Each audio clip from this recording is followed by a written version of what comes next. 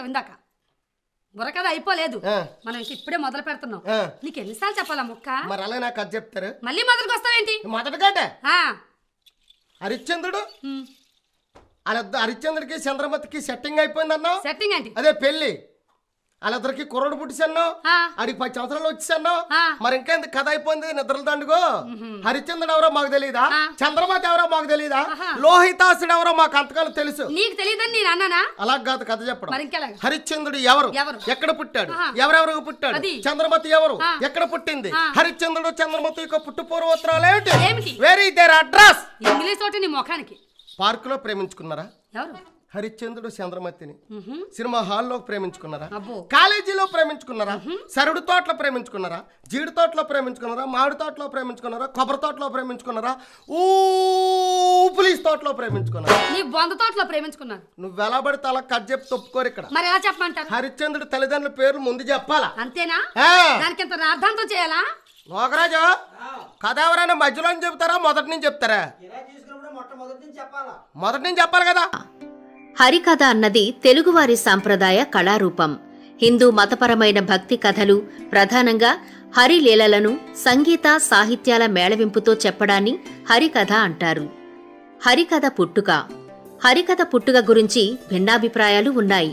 హరికథ వేదాల నుండి పుట్టిందని కొందరు భావిస్తారు. మరికొందరు నారద భక్తి సూత్రము హరికథ యొక్క మూలమని భావించారు. ఇంకొందరు యక్షగానమే హరికథగా రూపాంతరం చెందిందని భావిస్తున్నారు. హరికథ మూలమేదైనా ఆంధ్రప్రదేశ్లోని హరికథా ప్రక్రియ తన ప్రదర్శనలో వినూతనత్వంలోనూ నవరస సమ్మేళనంతోనూ వివిధ రాగాలను పలికించడంలోనూ ప్రత్యేకమైంది. అన్ని పాత్రల్లో ఒకే వ్యక్తి. ఈ కథ చెప్పువారు భాగవతులు లేదా భాగవతార్ అని అంటారు. ఆదిభట్ల నారాయణదాసు, పరిమి సుబ్రహ్మణ్యం భాగవతార్ మొదలగువారు ఈ ప్రక్రియలో ఆద్యులు, ప్రముఖులు. హరికథా కళారూపంలో ఒకే ఒక పాత్రధారి 3 గంటల పాటు కథాగానం కావిస్తాడు. ఒకే వ్యక్తి అన్ని పాత్రల్లోనూ జీవించి రసవత్తరంగా నటిస్తాడు.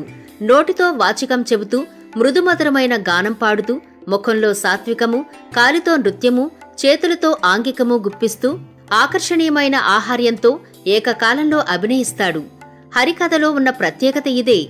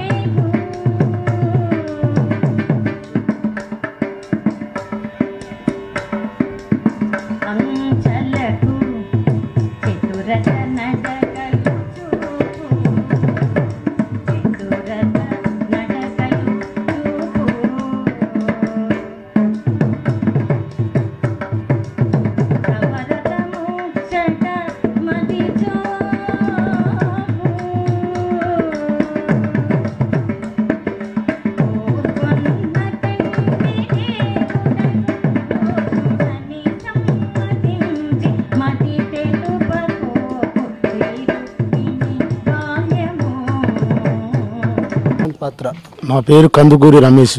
నేను వేసింది శూర్పణఖ వేషం. నా పేరు కందుకూరి నరసింహ. ఇది అభినయ కాళికాదేవి పాత్ర. ఇది నా పేరు సత్యనారాయణ. మీది వేసేది లంబాడి వేషం.